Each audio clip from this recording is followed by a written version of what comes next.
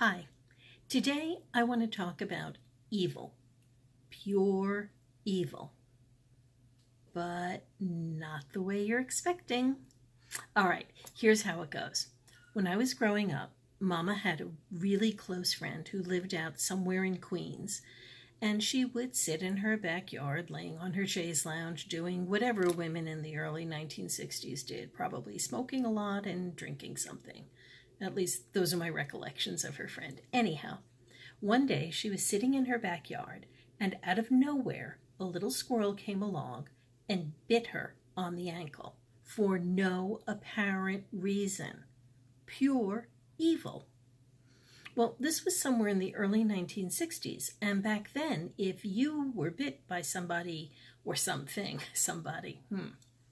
Freudian slip there maybe. Okay, if you were bit by a squirrel or some stray dog, you would immediately be given a whole regiment of rabies shots, and they would go into your abdomen. In my little girl mind, and probably way too many Looney Tunes, I saw syringes in a ring about this big sticking out from her belly button. Ouch. Freaky. Well, that image of her having these injections and a squirrel just running up and biting her ankle for no apparent reason stuck with me. In fact, to this very day, if I see a squirrel while I'm out and about, my ankles start to twitch. That might be a silver lining living where I am in Arizona. I have not seen a squirrel since I've been out here. Put that in the positive column for AZ. All right. So it is fully established that I have this irrational fear of squirrels. The creep used to capitalize on that, of course, whenever he could, but that's not what this is about. Oh no. I was working in Philadelphia as a corporate trainer, and I was living in New Jersey. The easiest way to get to the Philadelphia office was to take the high-speed rail out of Haddonfield. So in the morning, I would drive over to the Haddonfield station, park my car, grab the high-speed line, get off, and boom, I was pretty much at work. Well, a quick ride on SEPTA too, but that's neither here nor there.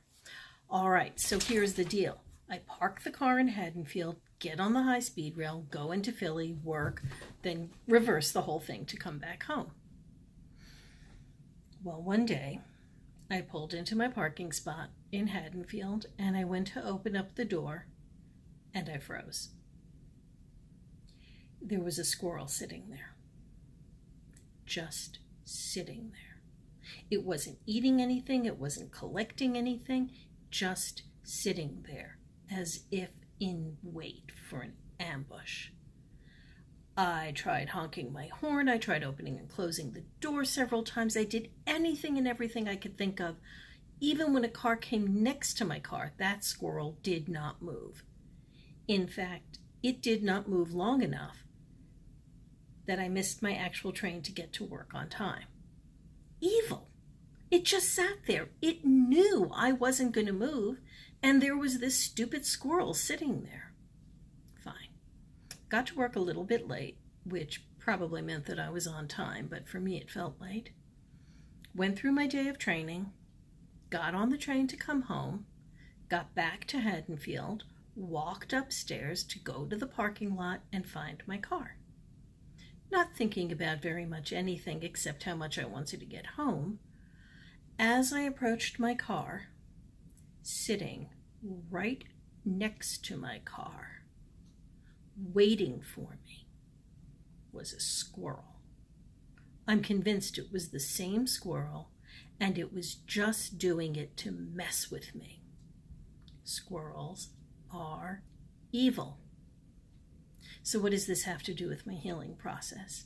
What it has to do with my healing process is that every irrational fear, every little phobia, every little oops, no self-esteem had been exasperated to the point where I literally stood there frozen, too scared to go near my car, even beeping the door lock and all of the things that you might do to try to distract the squirrel, until it finally moved.